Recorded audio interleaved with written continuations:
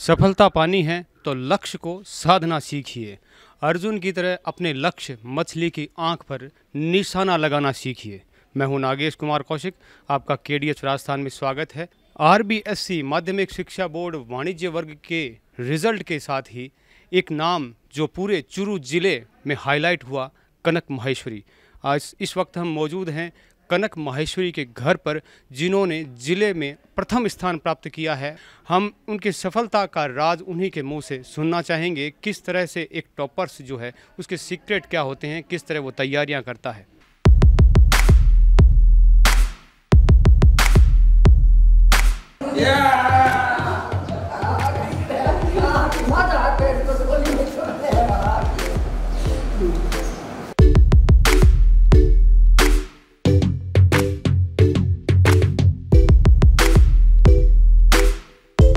परिवार में आज खुशियां है, उनकी बिटिया जिला टॉप कर लौटी है। चूरू जिले में टॉपर कनक माहेश्वरी के घर पर इस वक्त मौजूद हैं और लक्ष्य को किस तरह साधा जाता है, किस तरह सफलता पाई जाती है, उन्हीं के मुंह से हम सुनना चाहेंगे। मैं सबसे पहले स्वागत करूंगा और आपसे जानना चाहूँगा कि सीक्रेट क्या होता है। कोई टॉपर्स जो होते हैं उनका मतलब क्या सीक्रेट होता है टॉप करने? उनका एक तो रूटीन से शेड्यूल होता है, एक तो सर्टेन शेड्यूल होता है जिसके अकॉर्डिंग उनको स्टडी करनी होती है, कंसिस्टेंसी बनाई रखनी होती है। तो रिजल्ट आया तो आपने किस तरह से उस रिजल्ट को देखा था सबसे पहले, और किसने आपको सबसे पहले विश किया और क्या वो मोमेंट रहा हो? एक्चुअली जब मैं रिजल्ट देख रही थी तो मेरा सर्वे इशू चल रहा था, तो मेरे भाई ने मुझे बताया था कि आपके ये परसेंटेज आया तो बताइए। तो पहले तो मुझे यकीन नहीं हुआ कि इतने परसेंटेज आए, फिर जब मैंने फिर से देखा तो जाके मुझे यकीन हुआ और खुशी तो बहुत हुई, क्योंकि इतने सालों का जो रिकॉर्ड था वो ब्रेक किया था। तो उसकी खुशी तो अलग ही थी कि जब आप कुछ अलग करते हो, कुछ नया रिकॉर्ड आप कायम करते हो, तो उसकी खुशी तो बयां ही नहीं की जा सकती। 10th में थे तब आपका क्या रिकॉर्ड था और अब उस रिकॉर्ड को आपने क्रैश किया है, तो क्या रिकॉर्ड रहा? सुजानगढ़ में पहले 10th में मेरा फर्स्ट रैंक था, सुजानगढ़ तहसील में, और डिस्ट्रिक्ट में सेकंड रैंक था। और इस बार मैंने सुजानगढ़ के साथ साथ डिस्ट्रिक्ट में फर्स्ट रैंक हासिल किया। किस तरह से आप जो पढ़ाई करते हैं तो आपका क्या दिन भर का क्या शेड्यूल होता है? दिन भर सब्जेक्ट का जैसे टाइम टेबल बना के रखो, आप उसको एकदम सामने रख के रखा, जिसको याद रहे कि आपको इस टाइम पे ये सब्जेक्ट पढ़ना है।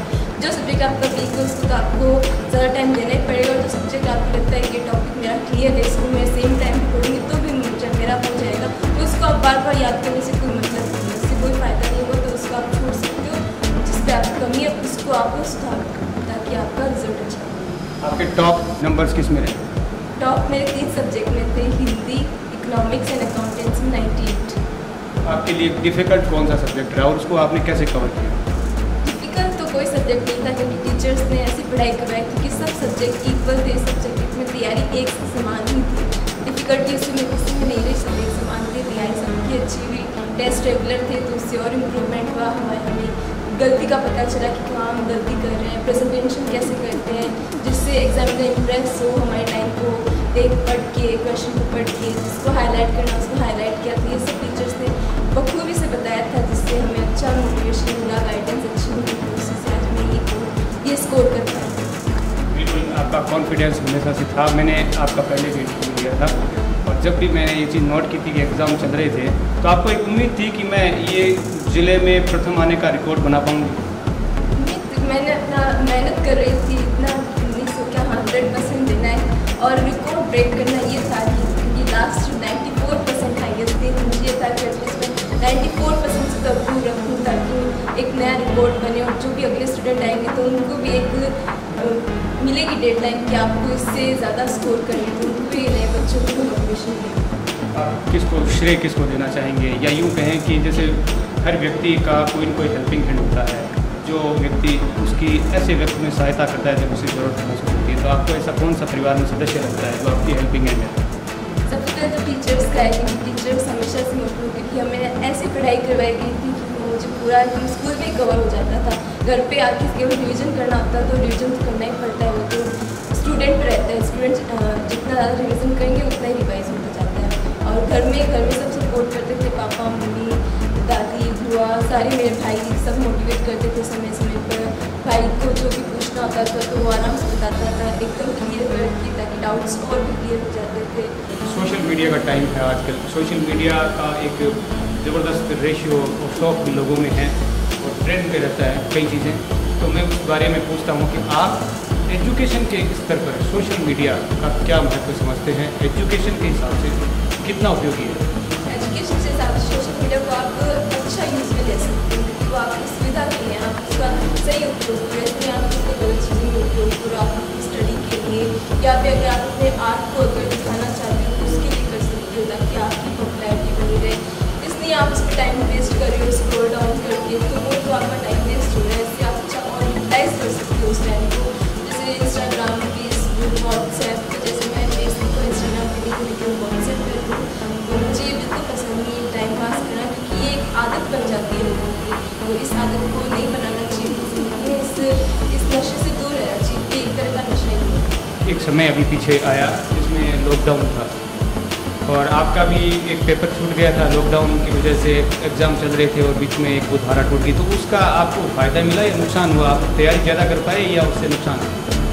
ना तो फ़ायदा हुआ ना नुकसान हुआ उससे, क्योंकि 3-4 महीने टाइम मिल गया था बिजनेस स्टडीज़ आता है लास्ट पेपर, और बिजनेस स्टडीज़ को मैंने कई बार पढ़ लिया था, तो क्योंकि वो थ्योरेटिकल सब्जेक्ट है, तो उसमें तो एक तो आपका प्रेजेंटेशन मायने रखता है और एक आपके वर्ड्स मायने रखते हैं। इसलिए आप उसमें फालतू की बातें लिखी हो तो वो मायने नहीं रखती, इससे अच्छे आप वर्ड्स लिखो तभी होता है। वैसे मेरे टेस्ट में तो मेरी तैयारी थी उसमें, इस सब्जेक्ट में, तो मैंने उस सब्जेक्ट को ज़्यादा पढ़ा नहीं 3 महीनों में मैंने, क्योंकि मैंने मेरी CA फाउंडेशन तैयारी स्टार्ट कर दी थी। तो मैंने कहा जब रिज़ल्ट मतलब एग्ज़ाम डेट अनाउंस होगी तब मैं 15-20 दिन उसको पढ़ूँगी, ताकि मेरा फिर से रिवाइज हो जाएगा, क्योंकि एक एक चीज़ को पढ़ते हैं तो फिर वो बोरिंग लगने लग जाता है, इंटरेस्ट नहीं रहता है फिर हमारा। मैंने अपना ध्यान दूसरी तरफ डाइवर्ट कर दिया था, तो मैंने जो अपनी मन की चीज़ें थी, जो मेरा शौक था कुछ करने का, मैंने वो किया।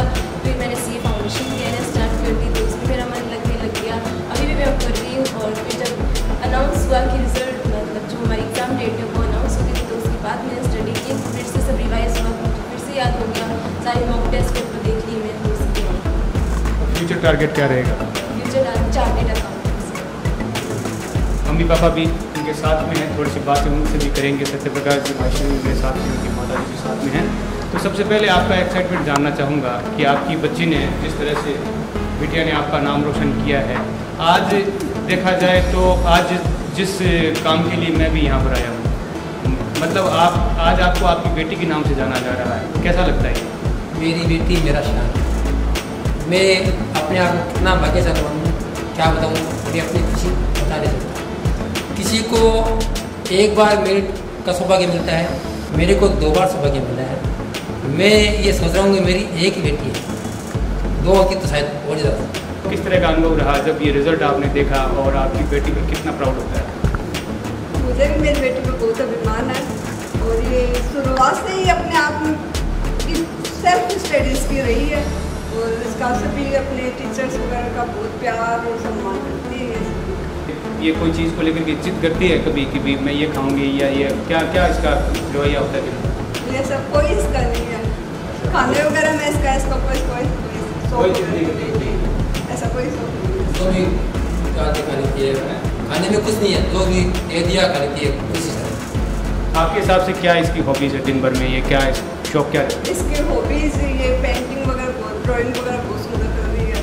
पोइम्स इसने लॉकडाउन में बहुत सुंदर सुंदर लिखी, मेरे को तो खुद का यकीन नहीं हो रहा कि ये पोइम्स इसकी लिखी हुई है क्या।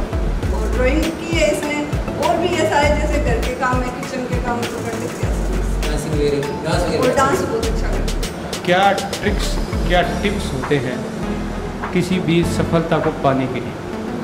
एक तो आपका डेडिकेशन होना चाहिए, आपका हार्ड वर्क होना चाहिए, और आपकी कंसिस्टेंसी होनी चाहिए, रेगुलरिटी आपको बनाए। तो ये मैं 3 टिप्स मानती हूँ जिससे आप अच्छा स्कोर कर सकते हो, आप अच्छी स्टडी कर सकते हो, और एक आप अच्छी एजुकेशन लाइन में आप एक अच्छा कंट्रीब्यूशन कर सकते हो। आप पिता हैं इनके, तो बेटी के पिता हैं, और एक ज़माना था जब लड़कियों को पढ़ाने के प्रति थोड़ा लोगों का कम रुझान हुआ करता था, आजकल वो समय नहीं रहा है हालांकि, लेकिन क्या कहना चाहेंगे जो लोग यदि आज भी ऐसा सोचते हैं? नहीं, हमारा का पहले से शुरुआत से ही बेटियों को पढ़ाने का रुझान है। हमारे फादर जो है उन्होंने मेरी सिस्टर को LLB कराया था, उस समय LLB कराना बहुत बड़ी बात थी, मतलब कॉलेज भी नहीं भेजते थे, स्कूल तक सीमित थी, लेकिन मेरे फादर ने उनको LLB। आपके घर में हमेशा से एजुकेशन का माहौल था। मैं उन माँ बाप के लिए ये मैसेज आपके द्वारा देना चाहता हूँ कि जो लोग आज भी इस तरह से सोचते हैं कि मतलब बेटे को ज़्यादा पढ़ाना चाहिए या बेटी को कम पढ़ाना चाहिए या उस पर ज़्यादा फोकस करना चाहिए। मैं समझता हूँ आज जो मेरी बेटी है बेटे से कम नहीं है। सभी से यही कहूँगा कि अपनी बेटियों को पढ़ाएं, हमारा भविष्य है। जैसे आप पढ़ाई करती है, कंपटीशन की तैयारी भी करती हैं, तो कितना हेल्प रहता है इनकी एजुकेशन में, आपका क्या सहयोग रहता है? मेरा सहयोग तो जैसे अगर इसका थोड़ी कहीं पर डिफिकल्टीज होती है या कहीं पर डिप्रेशन में आ जाती है तो मेरा इसको मोटिवेट करना या कुछ समझाना ये। क्योंकि आप जिस स्कूल में पढ़ते हैं वहाँ पर हैंड राइटिंग को लेकर के बहुत ज़्यादा ध्यान दिया जाता है, तो नंबर्स ज़्यादा लाने में हैंड राइटिंग का क्या रोल है? हैंड राइटिंग का तो first impression is last impression, और फर्स्ट इंप्रेशन आपकी हैंड राइटिंग से ही होता है। अगर आपने स्टार्टिंग में आपकी हैंड राइटिंग एकदम अच्छी नहीं दिख रखी है तो एग्जाम को पढ़ने का मन ही नहीं करता है, लेकिन और हमारे स्कूल में तो स्टार्टिंग से जब हम बचपन से थे तब से हमें राइटिंग की 2 बुक्स अलग से दी जाती थी छुट्टियों में पढ़ने के लिए, ताकि उससे आपकी राइटिंग इम्प्रूवमेंट हो। मेरी राइटिंग उसी से इम्प्रूव हुई है। आपके स्कूल में जो पढ़ाई होती थी वही सफिशिएंट थी? आपके स्कूल के बारे में भी कमेंट चाहूँगा कि या आपको कोचिंग या अलग ट्यूशन वगैरह क्या सहायता लगी? नहीं, ना तो मैंने ट्यूशन की, ना मैंने कोई कोचिंग की। मैं स्कूल में जितना पढ़ाता था वो सफिशिएंट था, इनफ था मेरे लिए, क्योंकि स्कूल में सारे टॉपिक्स क्लियर हो जाते थे। अगर कुछ फिर भी अगर आप 10th में जाके अगर आप कुछ पढ़ते हो घर जाके और आपको कुछ डाउट्स रहते हैं तो आप टीचर से आराम से पूछ सकते हो। तो एक बार नहीं आपको 10 बार भी समझा देंगे अगर आपको वो डाउट क्लियर नहीं हुआ है। तो वो टीचर्स का हमेशा से सब बच्चों पे वो इक्वली ध्यान देते हैं ताकि सभी बच्चे करियर स्टडी में आगे बढ़े। अब आगे आपकी क्या तैयारी रहेगी? आपकी बेटी आप कह रही है कि मैं सीए करूँगी, तो सीए बनना चाहती है, आपका किस तरह से सहयोग रहेगा? मेरे को सभी तरह से सहयोग रहेगा, जो मेरे से मांगेगी उसके लिए मैं तैयार हूँगा। मैं चाहता हूँ सीए में भी है, इंडिया टॉपर बने। और आपकी क्या विशेष रहेगी इसके फ्यूचर के लिए? मेरी विशेष तो यही है कि ये अपने पैरों पर खड़ी हो जाए और आत्मनिर्भर बने और समाज के लिए कुछ करे। जब मैं नहीं कर सकेगा वो ये करे। 96.60% के साथ पूरे ज़िले में टॉप कनक माहेश्वरी किस तरह से तैयारियां करती है और किस तरह से पढ़ती है, उनके ट्रिक्स और टिप्स और सहयोग सबके बारे में जाना। और हमारी यही शुभकामनाएं रहेगी कि यह अपने परिवार, अपने सुल्तानगढ़ शहर, अपने ज़िले, अपने देश, अपने राज्य सभी का नाम रोशन करें और जल्दी सीए करें और आगे बढ़े, पूरे इंटरनेशनल लेवल पर अपना नाम कमाएं। इन शुभकामनाओं के साथ, कनक माहेश्वरी के साथ मैं नागेश कुमार कौशिक अपने कैमरामैन सहयोगी प्रजापति के साथ आप सभी का धन्यवाद।